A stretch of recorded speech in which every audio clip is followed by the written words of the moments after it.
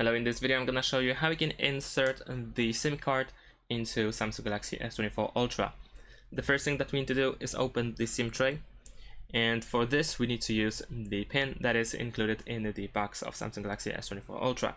Then at the bottom of the device over here we have the SIM tray over here, and on the left side we have a little hole.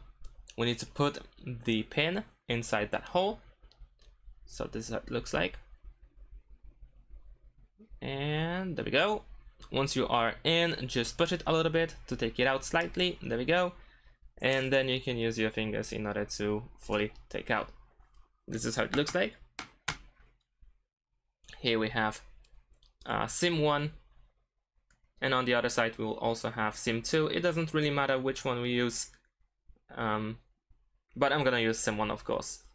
We need to insert the SIM card according to the picture that is on the slot, then put it in like so. And I have to warn you, you might need to be careful because the slot is really loose and you might easily lose your SIM card, so be careful.